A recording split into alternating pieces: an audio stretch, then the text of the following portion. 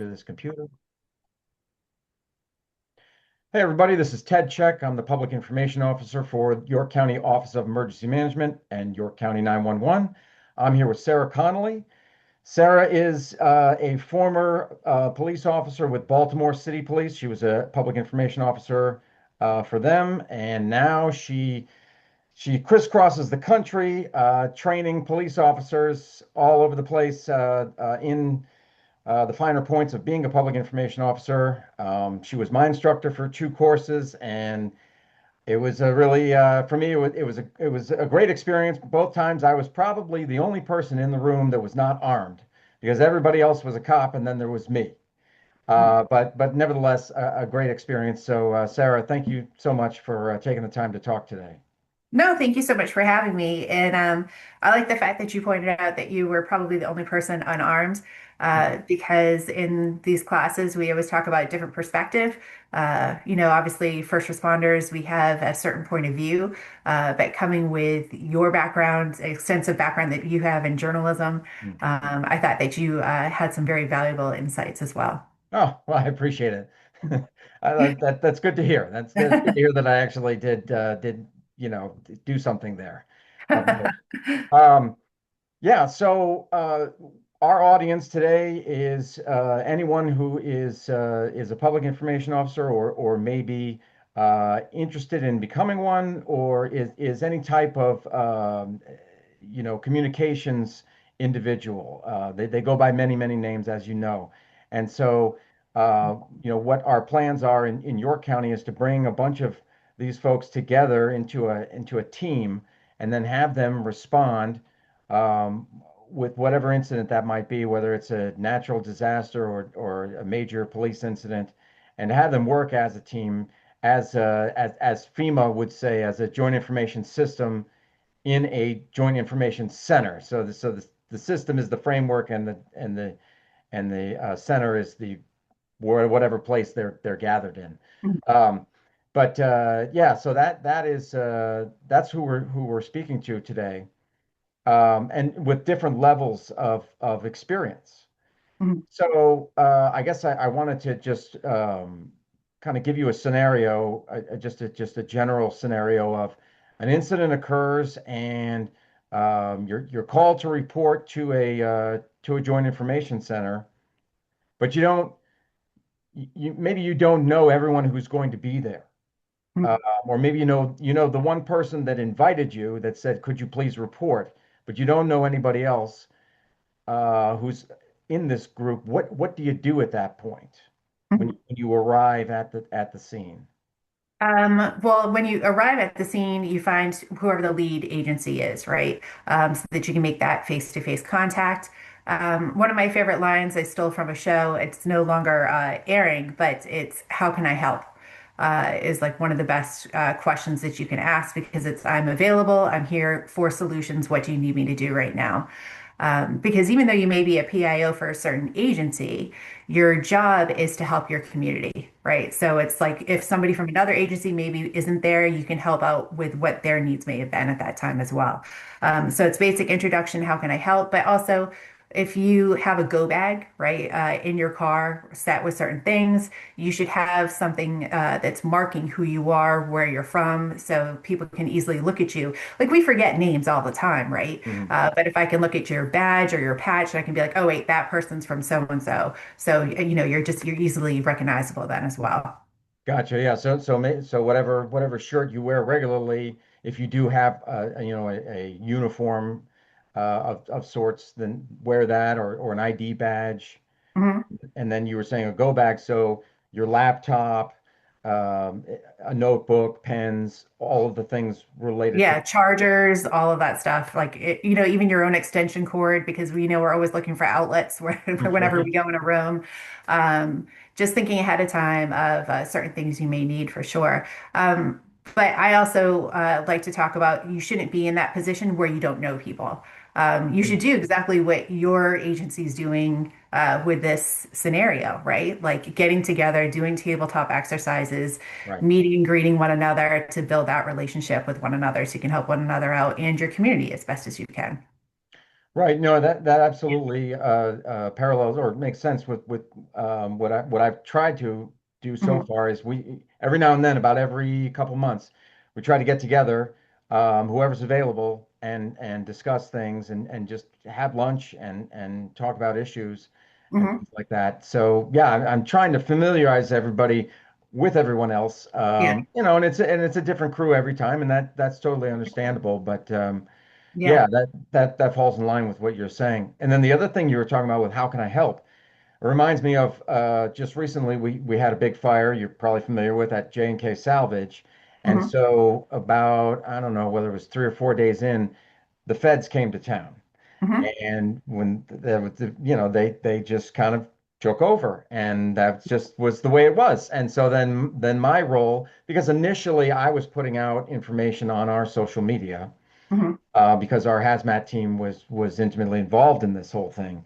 And mhm. then when the feds came to town, it was how can I help? Yep. Because they had their own PIO who was essentially lead, or there was like a kind of a co-lead thing going on between the EPA's PIO and the Coast Guard's PIO. Mhm, And then mhm. so then I was there as kind of the local guy who Right. who was, and I'm just like I'm from here, I work here every day. How can I help?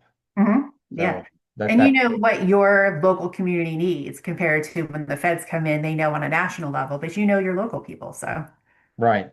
mhm, Right. So yeah, so we've got this so we've got a joint information system and a joint information center, mhm, and then the PIOs have to report to those above them. In the way that FEMA talks about it, they say it's mhm. typically in a big operation, it's a unified command.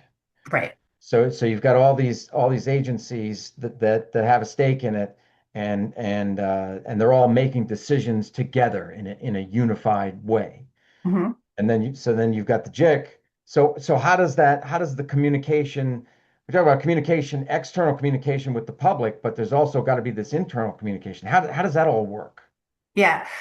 So it's also you having conversations with your bosses ahead of time. It depends on the layer, right? For your personal organization where you are. You want to be able to have direct access to your chief. It's hard, especially when there's other ranks involved. Like most PIOs tend to be an officer or sergeant. So Hmm. then you have to tend to go to a higher rank before you go to your chief. You have to be at the table having the conversations that your chief is involved in, because otherwise you get too many filters. People who say, no, we don't need to say that. We don't, without actually Hmm. knowing what our jobs are and what we're obligated morally and ethically to put out. A lot of times we want to hide things and not be as transparent as we need to be, especially in crisis. Hmm. So it's establishing that relationship and where you belong ahead of time with your chief. So you're getting all that right information, but then going back to whoever the lead agency is for the crisis, right? Like it's not always going to be cops, it's going to be fire department, it could be utility company, right? But going to that person saying, this is the information I'm getting. What can I put out that you can repost, or what can you put out that I can repost? But we really think this is necessary for the community moving forward. The only other issues you really tend to have is if there's an election year or Hmm. something along those lines. And then Ah. sometimes your bosses want to say, I know that's supposed to come from so and so, but I want to put it out Hmm. instead of them. Politics. Yeah. Yes, the politics get involved, ego and arrogance gets involved. And you need to have those conversations and say, what makes you look best right now, though, right? Like, do people want to hear this from you? Or do they want to hear it from, like, we get into that conversation with your cities, right? A lot of times the mayor wants to put something out, or the mayor wants to be the first person to speak at a news conference. Well, maybe they don't want to hear from the mayor. Maybe they want to hear from the fire department or the police department, because those are the ones that are saving people's lives right now. Right. So it's a difficult place to navigate to make everybody happy and still ensure you have a job after. Yes, that is of paramount importance to Right. do that. But that one thing that struck me is you're talking about having as a PIO having a seat at the table, Yes. Yeah. the table where they're making decisions. And so if you have a group of PIOs working together, should you have like one person who's kind of the liaison between the Joint Information Center and the Unified Command, so that that person is at least there at the table and then can then communicate the message to the rest of the PIOs? Does that make sense? Yeah. So during the uprising and protests that happened around the trials of Freddie Gray, Mhm. I was actually in the operations center. So I would relay stuff from the operations center to the JIC. And then the JIC would determine whether or not they would want to put stuff out there in reference to it. I remember one time I was just trying to make things easier. I said, I can put that out. And it was excellent. My boss said, nope, we've got it. He's like, it's got to come from us. I'm like, that's Mhm. absolutely perfect. Mhm. So it's just making sure you have the right systems in place, you do things the way you're supposed to do them. There's accountability there. But that way you know what's happening in the city operations side, and then you can relay that information over to the JIC afterwards. And the lead PIO doesn't have to be in the operations center. It doesn't have to be the person at the JIC, but it should Right. be the person that's approving everything, that's saying like, yes, so that the messaging that you're putting out to the media during your briefings and your messaging that you're putting out on socials, or just even face to face with some of your community members is all the same and consistent.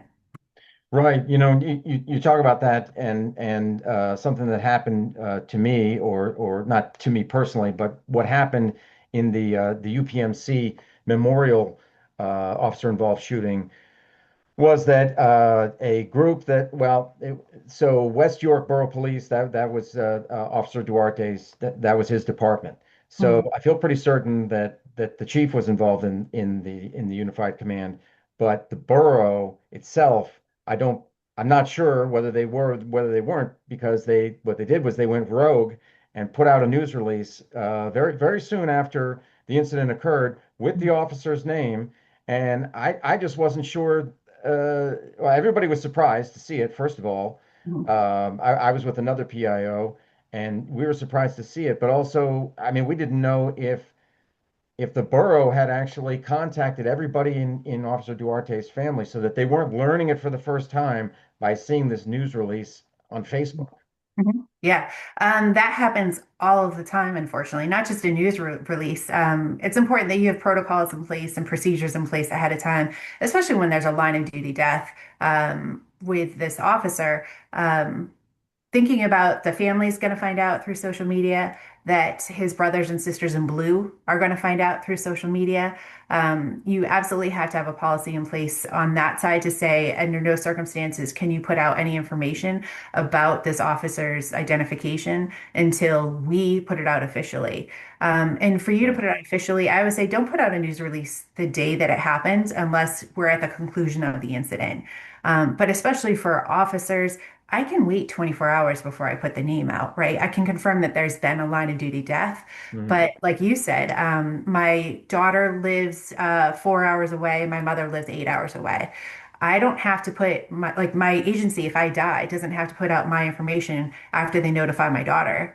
Give me another eight Mhm. hours. Let my mom come down. Let that family experience it and the privacy that they deserve, and honoring the hero the way that they should be honored as well. I think that's imperative. But just thinking about that aspect, we're so quick to put stuff out on socials and to say, I know this, compared to let's think about that. And, one of the things that we teach is audiences.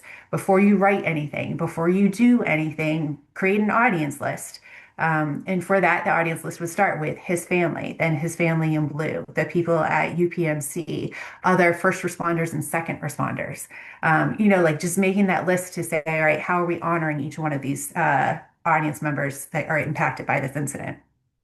Yeah, and I think if the borough had been included in, and I'm not casting blame on anyone, but if they were somehow included in the unified command, I don't know that would have happened, that they would have put that out. But it's having the foresight to say, okay, have we included everybody in Yeah. the unified command that we possibly can, or that's necessary to be in this? And I don't honestly, to this day, I don't know whose job that is to Mhm. to think of that. Yeah. Yeah. And in the And chaos, you know what I mean? It's just so difficult. But it's anyway, hard. That's why I'm a big list person, and I'm old, so I also do stuff on paper.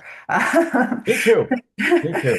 So I have stuff written out, like even for our conversation today, I printed stuff out. But if I knew that I was going to something that would need a unified command like that, I would bring the list that I have that has every potential agency that might be involved for any sort of crisis. And that way you can look through the list to be like, okay, did I notify them? Should they come in?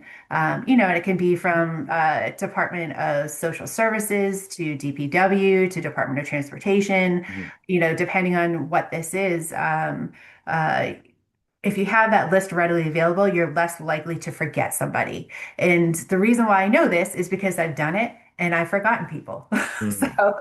and I don't want to be caught in that situation again. So, Gotcha, gotcha. All right. Well, that's something for me to consider for, well, hopefully there isn't a next time, but for yeah. any situation in the future, I'll put it Well, that and just, yeah, just in your preparations, it's fantastic to say, hey, like, who would we want to have involved with this? And even if they wouldn't be involved with messaging, it might be good to have a backup to assist somebody. Like if this has been going on for 13 hours, you need a break. Take an hour break and step aside, and somebody else can step in and help out a little bit. So, way. So, moving this forward with this hypothetical incident, so you have all the PIOs gathered together. Then one of them is the lead PIO. mhm. What are the responsibilities of that person, and then how do they divide up the other tasks, and what are those other tasks? Yeah. So there's a lot of pressure on the lead PIO. I think it's definitely harder considering York County, right? It's small. We've got a lot of smaller agencies. Mm, So you also have to take into account that you may know who's involved. And so there's like a personal aspect of it too. So one of the first things you have to do is figure out whether or not you should be the lead PIO, even though you mm, normally are. You may have to, I say, tag someone else in. So like having an MOU from a neighboring agency, their PIO, maybe they need to step in or not. Just knowing if you're personally involved, you should probably step away. yeah. But you have to make sure you have your lists in place, those relationships in place ahead of time. You are going to basically go through your internal distribution list and say, hey, everyone, I need help. But if you did those relationships ahead of time, they're probably already calling you saying, what do you need me to do? Right. Yeah. And then you're going to need somebody in charge of social media as soon as possible because that's where everything is being shared. Not necessarily in written posts, but back in the day when an incident happened, we used to be a good Samaritan and say, do you need help? Right. But now if something happens, we're like, hold on, let me pick up my phone. Let me start recording what's going on. So that's what's happening instead. So everyone's finding stuff out right away. So you need to get ready to put out those initial statements to let people know at least that you're aware of what's going on. You need somebody monitoring traditional media because obviously there can be a lot of misdirection out there. So we want to make sure to correct things right away and make sure the truth is going out there. And it's not just for that. It's not just your external distribution list that you're used to giving your news releases to. Those are posts on social media because if it's a big enough incident, national outlets are going to come in and they're not Right. necessarily on your distribution list. So that's why you're giving it to everybody, like letting them know when you're going to do your first briefings, when you have certain statements to make, where they're going to be. You're going to need somebody at that media staging area all the time. I call them your permanent ear hustler Ah, because okay. yeah, that person's always there, regardless of whether or not a briefing is being done, because you can overhear what's being said, correct information if it needs to be corrected, or just give out additional information. And they also help fence in the interview for you when you go out and do your first briefing. Ah, You're going to need okay. somebody to help out with admin, all right? Like just different stats and different, because people absorb information in different ways. Some people are emotional, so they want stories told. So I need somebody to be aware of like body cams. Did somebody do a significant rescue? Was somebody injured? Because I want to put those stories out there as soon as possible. Mm, If it's stats in reference to protest, in reference to arrest for from a large protest or something like that, right? Like getting together all of the statement of charges and all of that stuff as well. You need somebody in the JIC. You need somebody in the command center. So you mm. need quite a few people. But you're Yeah, sounds like a small army. And it's hard when most of us are single PIOs, right? We're solo Right. PIOs out there. So when you're like, I'm just a team of one. And that's when again, you tag those people in and say, all right, I need your help. This is what your responsibility is. But it's not just relationships in your community. Like I've said, you can call me because guess what I can do in social media? I can monitor it from across the country, right? Mm. And it's the same thing with a lot of the outlets. So it's just like again, making sure those relationships are in place. Yeah, you talked about monitoring traditional media and going back to the UPMC memorial officer involved shooting. I was on the phone I made it to the hospital. I was there and I was on the phone with one of the local media, and they said to me, or the reason I was on the phone with them was because they had a headline that said there was a shooting at a York hospital. Hmm. Well, we have York Hospital, capital Y, capital H. Yep. And this incident was actually at Memorial or UPMC Memorial. So Hmm. I called her and I said, please change your headline. Go Hmm. ahead and say UPMC. Say where it is, Yeah. because people are going to think you're talking about York Hospital, and that's incorrect. We don't want that. Yeah. So please change it. And Absolutely. yeah, and that was great. That was not a problem. And then through the course of that conversation, she told me, she said, "Hey, look, another news agency is talking about a hotline, for loved ones. If you think somebody that, was either an employee or a victim possibly, or anybody that was in the hospital, you can call this number." But we called it, and we don't think it's a real number. Hmm. And I was like, okay. So I called it, and as it turned out, I'm standing right outside the hospital, and the call went through and it went into the hospital, and they said, yeah, this is a legit line. That's absolutely right. And I was like, oh, Wow. great. And so I added that in when I went to, and see, it was just one, I was one guy. So I Hmm. didn't have anybody down with the media where they were staged. I Hmm. didn't have anybody there. I Yeah. just went down to them and I added that hotline into the brief, the little thing that I Perfect. said to them. Yeah. Yeah, that's perfect. So it And did while work we're out. talking, I forgot about my second year hustler. They're going to be at your community resource center or area as well, because media is going to be there. We used to call it the victim staging area is what we used to call it back in the day, which Oh, of course okay. is very jargonish, right? Like Yeah. that's very police Like a related. reunification area? It's a Is that what you reunification said? area, but we don't Yeah. call it reunification area anymore because some people will go there and they're not going to Oh, be reunified. oh, that's true. So now we're calling it, I've heard people say family. Even then, I want to stay away from that because some people don't have families. You just have close friends that are like family. Right. So calling it like a community information area or community resource area, you want to have somebody permanently there as well because the media is going to be there. Right. It's the same Yes. thing. And the media is going to have different stories and they're going to get in people's faces. And I want to hear everything that's being said. What if people don't like what our response was? I want to know about that before the next time I go on camera. Right. Because you don't want to have those gotcha moments. Or if somebody really liked what happened, I want to grab that story and make sure that I push that out too. Hmm. Yeah. Let's see. I'm just going through my notes here. Mhm. How do you deal with a media inquiry? Um, does everything have to go back up through unified command, or is there anything that you can just, or can the PIOs, the Joint Information System, can they just handle it on their own, or Um, does it it sh depend? It should go through your JIC, right? Any information that goes out during this time should go through your Joint Information Center. Mm, Not only that, but for media inquiries, for the most part, I'm going to shut everything down. I know it's weird to say, but if you are sending me an email and say like you and I are on a team and we got four other people, all of our emails, our responses are going to like we're going to get an auto reply that says, thanks so much for contacting me. We're in the middle of an incident that is currently unfolding. If you have mhm. any inquiries in reference to this, we are going to be at the media staging area, and this is the location. Because I don't Oh, have okay. time to monitor like my personal email in addition to everything else, right? Like, and I need my phone free. too. Like I need to get information so that I'm getting the right information out to people. And then the same thing, if they're calling me on my phone, they're going to get a voicemail that says the same exact thing. It also protects you as the PIO. That way they can't say, we contacted them, but we haven't heard back. Instead of them saying that, it's not that. Get to my media staging area and I can answer some of your questions there. So that kind of helps that side of it and alleviates some of your pressure.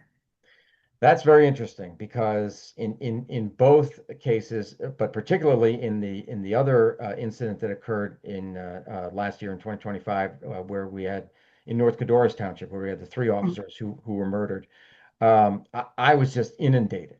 Mhm. And actually, the OEM offices were inundated as well, with just absolutely bombarded. I had I think they were. I think the New York Times, you know, the one of the most well-known papers in the world, probably the number one paper in the United States, had four people assigned, and they were all calling me, and I was attempting to answer every single one of these phone calls. Right. Mhm. Yeah, I no, know, I know that I missed a bunch, but yeah. you know, as it was, yeah, I mean, in hindsight, I probably should have just said, "Hey, look, I'm about to give a briefing, Mhm. so you know, find somebody who has you know who has recorded it and get it that way, or if Yeah. you know if you're national, if you're NBC, get it from your affiliate, you know, WGAL, who's here, get it from them." Yep, 100%. Yeah, telling them to get it from an affiliate, but also if you are going to answer questions, it should be from your local media. Because the national media has just descended down upon you because they just care about themselves. The people who are going to be there after the fact, they're going to be your local media. And Yeah. again, it's challenging, especially if it's an election year, because your bosses are going to say, no, talk to CNN, talk to MSNBC, talk to Fox. And your locals are going to remember that you cater to them and not to your local media, right? Like those are the ones that you have relationships with. If you were to go on air with somebody, I would make sure to at least have it be somebody that you have a relationship with already as well. But like what you said about the Post having four different people, or was it the Times? New York Times, It was, yeah, it was but the Times. We had the same thing happening from one national outlet during Freddie Gray. And we said, no, stop, because every single show on that outlet was contacting us. And we're like, get yourselves together. mm. We'll take like questions and inquiries from you as an outlet, not from every single show. But it's like putting rules and parameters in place and being clear about it is huge, a huge help to you afterwards. The most important thing too, though, is like anticipate what type of questions they're going to ask after the fact. Putting together like a fact sheet afterwards, like how many agencies responded, how Mm. many people, how many officers, what evidence was gathered, who spoke at the briefing. Like just your quick, frequently asked questions by media helps out if you put that fact sheet together too. Oh, that's very good. Yeah, I didn't never kind of never occurred to me to do that, but Yeah, and that's actually something that Boulder, Colorado did during their King Supers active shooter situation a few years ago. I thought mm, they did a great job of that. wow, wow. Mhm.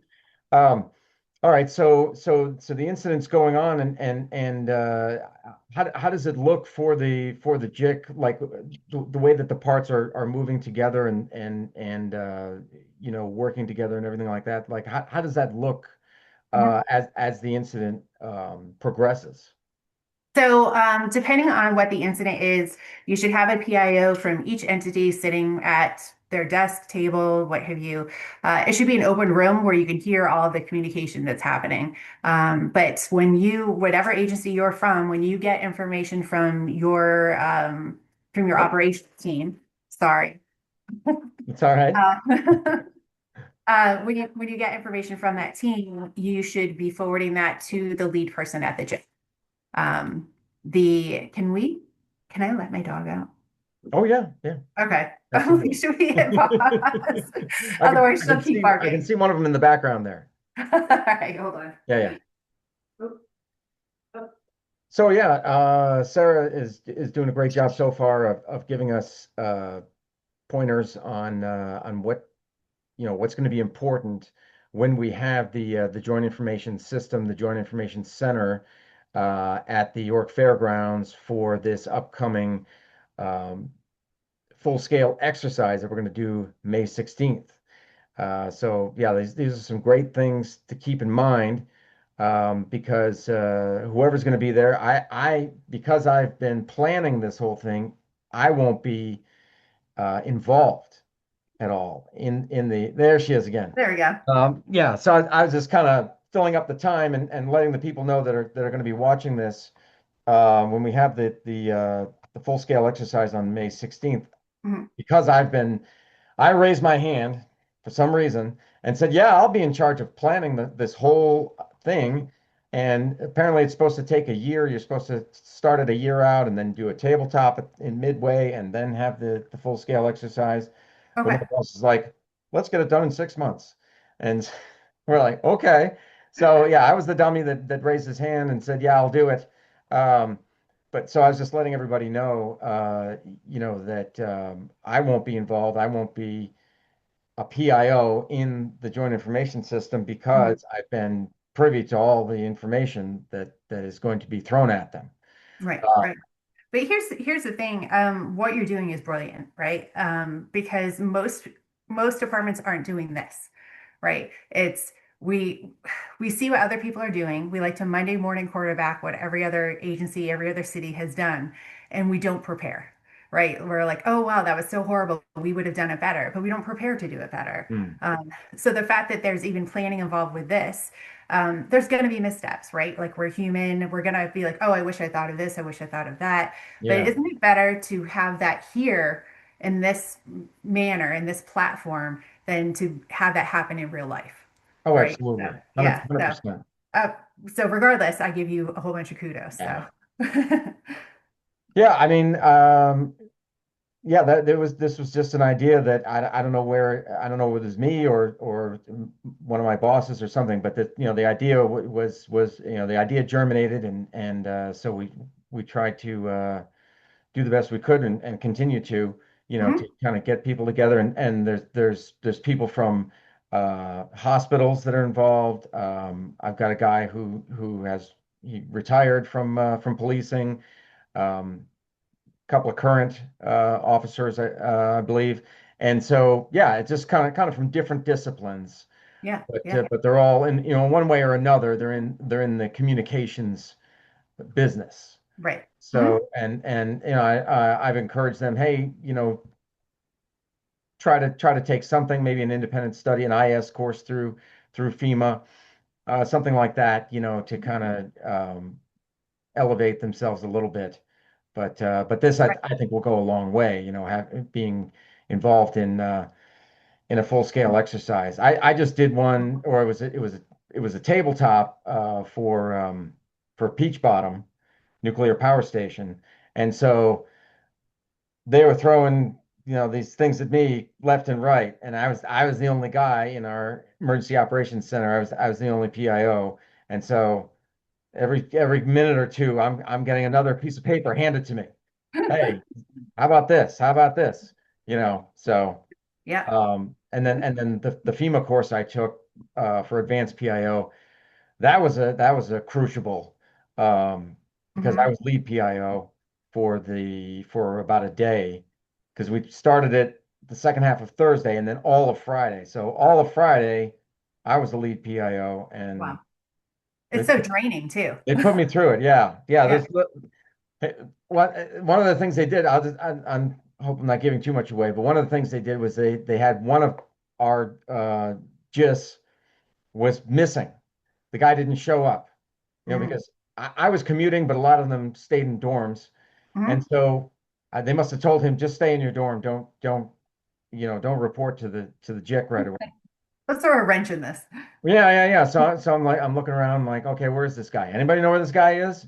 Nope, nobody knows. So I had to go over to incident command and say, can you send a welfare check for this guy, please?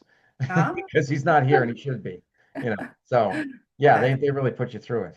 yeah, yeah, that's crazy. And that's what everyone says afterwards, like they're drained. So two things from that Mm, the takeaway is make sure you take time out for yourself when a crisis actually happens. Like you need to like kind of regroup and self-assess, like how am I? mm, Um, and like do your own kind of wellness check-in for yourself. But also when we were talking about training, obviously I work for the organization I work for. I have my own company, but I don't just plug that stuff, right? Like you said, FEMA, like whenever there's a PIO course nearby, take it, right? Like Yeah. you can either reaffirm what you already know or you're going to learn something new. And we absolutely have to do that. In these crises, when things go wrong, they usually tend to blame comms, right? Like we put out the wrong communication, we didn't put out any communication, we waited too long to put communication out. Hmm. That's what helps people decide that they're going to make it through the crisis, right? And it's from us. And it's hard because, especially with police, we tend to stay quiet, right? Like we don't want to, you and I've used the term media briefings, right? Right. Right. Half the people don't know what media briefings are because it's not actually a news conference, right? The news conference happens at the end of the incident. We're great at Yes. holding something once the incident's over with. But what about those 5 hours in between when people are like chomping at the bit? Like, what are they going to say? What's going on? And we're just staying quiet because we want to wait until the end. Comms is everything. It can determine whether or not you passed or failed, and whether or not your community is going to trust you in the future. Well, yeah, and funny you should mention that in both of those incidents from last year. I gave a briefing, and Mhm, then it was and then the state kind of came in mhm, and kind of took over, which that's fine. That mhm, that happens. But in UPMC, I should in hindsight. So I'm sitting there with a trooper who kind of he took over as lead, and I was assisting him mhm. when he arrived, and then the governor was meeting with everybody in a room. We should have had somebody in that room. Right. One of us should Mhm. have been in that room, but that didn't happen. So that's kind of what I mull over a lot is yeah, and then we should have had somebody with the media, but somehow they found out that there was going to be a news conference. They knew to come to the hospital. They were allowed to come up. They were like I said, they were sequestered as far away as they could while still Mhm. being on the property. Right. Somebody told them to come up to the atrium. Mhm. It wasn't me. And Right. and yeah, there was a disconnect there, and so yeah, a lot of lessons learned. But then in North Codorus, I gave a news briefing, and then somebody, I think might have been somebody from Pima said, "Well, the governor's going to be giving a news conference or at the hospital at York Hospital." Mhm. Because that's where there were two more officers, as you know, that were injured. They returned Yeah. fire. They were Mhm. injured, so they were brought there. So the governor delivered that there. Um, Right. And you should be finding out from state police PIO, this is what we're doing. Do you want your chief to be there? Do you want the mayor to be there? Do you want, like, is the doctor from that is operating on your officers, or is that doctor able to come out and give status on, their, what do you want to call it? Um, like, are they stable? Are they fair? Are they right, serious? Like, their all of their that. medical Yeah. status. Yeah, Yeah. yeah, like who do you want there? It should be all together. It should never just be the governor. Because honestly, when a shooting happens like that, do you want to hear from the governor? Well, And it's hard because you can't tell the governor no, right? Because exactly, it's the exactly, governor. But it's like, absolutely. okay, who do they want to hear from right now? Who's going to make them feel safe? And it's going to be somebody in uniform, right? Like that this is, for that incident, it was a domestic violence related incident. It's not somebody just randomly taking shots on people, right? Like, and it's been, it's a safe location now, right? Like like the location's been cleared. We don't believe that it's a random act, right? You just have to think of them first, kind of, before we think of ourselves. And also, if it's my news conference, if you're going to speak at it, I want to take a look at your talking points. Um, Mm, so, like everyone does have a PIO when we get to that level. That's great. Let's see everyone's talking points because nobody wants to hear our thoughts and prayers, our thoughts and prayers, our thoughts and prayers, right? absolutely right. Yeah. So we don't want to hear all that. Figure out what each person's going to say. It doesn't have to be the same thing, but you also want to make sure no one's going off message, right? So, I mean, if you look at New Orleans, we had two, what was it? The mayor said the first news conference, it's a terrorist act. And then Ann Kirkpatrick said it's a terrorist act. And the Mhm. FBI got in there and said, we're not categorizing this as a terrorist act at this time. Right? So you don't want that to happen to you.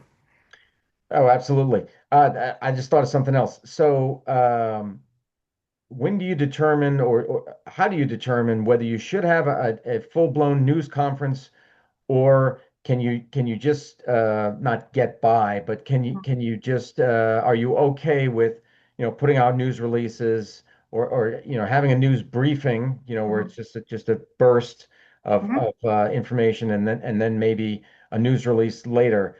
Mhm. How's that determined? So for the first briefing, I say it's never going to be somebody in command. It's going to be you as a PIO, Mhm. because you should be stepping out within that first half hour in front of the cameras, and that Oh, freaks first people half out. hour. Okay. I would say absolutely, because people are going to be talking about it and people are going to be posting about it and videoing it and what have you. People, it's all over the news anyway. So I want to get out there and tell people what I know. Yeah. And it's going to be minimal information, but at least they know what I know, right? And they're not getting the information somewhere else. And it's going to be you. And if they say, like, why isn't the chief talking or someone else? Well, you know what? Comms is my job. Comms is just a tiny little portion of what my boss has to do, because your boss is Right. calling in resources, looking for mutual aid. Like there's a lot of other things that are happening there. You should be, I teach every 20 minutes, but I also live in the real world. There's no way you're going Right. to do 20 minutes, but Right. you want to do it as close to 20 minutes as possible, because if you don't, that void is going to be filled with misinformation, right? So a So news briefing every 20 minutes. yeah, yeah, because otherwise they're going to speculate about what's going on right now. So in this way, we're saying they're going to take a little bit of time and they're going to talk about what you just said. And then I'm only giving them a little bit of time to speculate about what we're doing right now. And Hmm. Hmm. maybe a lot of time, like nothing's going to change in between those briefings. I'm just going to tell them exactly what I told them last time, because then they won't make assumptions that something else is happening. That's going to give them also less time to talk to subject matter experts who aren't subject matter experts, Uh-huh. and Uh-huh. and kind of raising that, I call it like from a simmer to a boil, right? Like raising people's hopes and anxiety and what have you, and just getting them going. But for a news conference, like your big news conference is going to be at the end, right? And with the state police and the governor having it at the hospital, I think that's a really great idea because of the optics, right? What matters right now? The status of our loved ones, right? Like we have our brothers and sisters in blue whose lives are in danger, and this is how much we care. We're here at Mhm. the hospital. So it doesn't have to be where you've held all the other briefings. It doesn't have to be 20 minutes to a half hour after the last briefing. You can wait 45 minutes to an hour, as long as you're posting, like we're going to be holding one, this is where it's going to be. But in between, say it's something that's taking 8 hours. If there's a person injured, you might want to have somebody in authority out there, right? Maybe somebody in uniform. It could be your chief, it could be second in command. For arrests, you can consider having somebody out there for that. Just for certain, or if it's been for a while, right? Like it's an hour and 15 minutes has gone by, no one has seen the chief yet. Hey, boss, you know what? Do you mind stepping in front of the camera so to reassure people that you're here, you're on scene, and we're going to be okay, right? So just thinking about Yeah. types of optics too. Yeah. Yeah, and for UPMC, we had the DA, Tim Mhm. Barker. So Yep. I think that was going as the top law enforcement guy in the county. So Yep. that was good that he was And there it, for the center. Yeah, and it depends on how your community feels about the person too, right? Like if it's a controversial figure, and it's going to make a lot of people mad that they saw that person, I might just have them in the background. They can look, they can Hmm. look pretty in the background, show that they're there and they're supportive of it, but that doesn't mean they have to speak either. And it's hard to, like, when you get a big incident like this, like you're going to have 20 people in the background, and you just have to tell them you all don't have to be in the background, right? Because you're going to be distracting. We Hmm. can just put out a list. These are the people who attended the news conference, Hmm. and give that kudos. Or you can put out a statement after the fact, like, hey, we're here. This is a statement we would have made. And then I can repost that on my own socials afterwards. Okay. So going back to the news briefing, so you don't have to wait until you have a new nugget of information Yeah. in order to have another news briefing. Nope, not at all. The first time I heard of that, it was funny. It was a barricade incident that probably kicked off at 2:30 in the morning. We Hmm. gave our first briefing. My boss gave the first briefing at 5 a.m. And we walked away and he says, we'll do another news briefing in 20 minutes. And as we're walking away, I'm like, you sure about that, boss? I've been here since 2:30. Nothing's changed. And he said, that's exactly what we're going to tell them. Because if we don't tell them that nothing's changed, they're going to make assumptions that things did change, right? And there's going to be a false narrative out there. So let me fill it with the truth instead. Hmm. So Like yeah, that, fill it with the truth. yeah, yeah. Nice. So, Sarah, that's kind of what I had, what I wanted to go over, but I bet you there's something I'm missing here. Um, is there anything that you would like to add to what we've discussed as far as Um, setting up the JIS and the JIC and responding to an incident, to a major incident? It would honestly, it would just be don't be so scared to tell people what's going on. When you don't tell people, again, that information's filled with other things.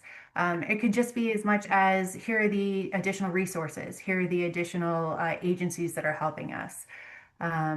This is what you may be seeing right now. Creating messaging ahead of time and holding statements like this is what we need you to do to stay safe, or this is what we're asking you to do to keep yourself safe. Um, Creating positive language. This is what you can do to help other people, Hmm. check in on your neighbors. But it's just, like if you're transporting people to the hospital, tell people you're transporting people to the hospital. Tell them that you've created that community space for them to gather and to help one another if needed. Um, it's sad how often people know how to do the right things, but when you're in the fog of crisis, everything kind of goes by the wayside. So I Right. say you got to put yourself in your community's shoes. What do you want to know right now? What would you want to hear? Right. And like, how do we get through this together? And you also have to think about what this looks like a year from now, right? On the anniversary of the event. What type of stories will be told? Will people look back at this and say, look how much stronger we grew? Or are they going to say, we barely made it through that, right? Like, is it Uh, something that you were able to create behavior change and gain trust? Or is it something that's kind of broken your agency and now you have a new chief? hmm. All right. And one thing I think I picked up on in what you just said, was kind of a call to action. If there is an opportunity for that, telling the public what they can do. Yeah, 100%. Um, This is just being sure, like, this is what you can expect. This is what you're going to see, what you can do to help. And it's small things, right? Like, it might be you want people to stay away from the area, but if you tell them to stay away from the area, what are they going to do? they're, They're they're gonna, probably going to go there. Yeah. yeah. So it's like we need you to stay clear of the area, and this is why, right? So like help us out just by going in a different direction. You know what? We need blood right now. So there's a whatever center, blood donation center that's been we're assisting the Red Cross with. It could be that if it's super cold out, do you have blankets? Do you have space heaters? Do you have different things that you can help donate? It could just be as simple as checking in on your neighbor, right? Like, don't Yeah. forget to check in on your neighbor. Is your neighbor okay?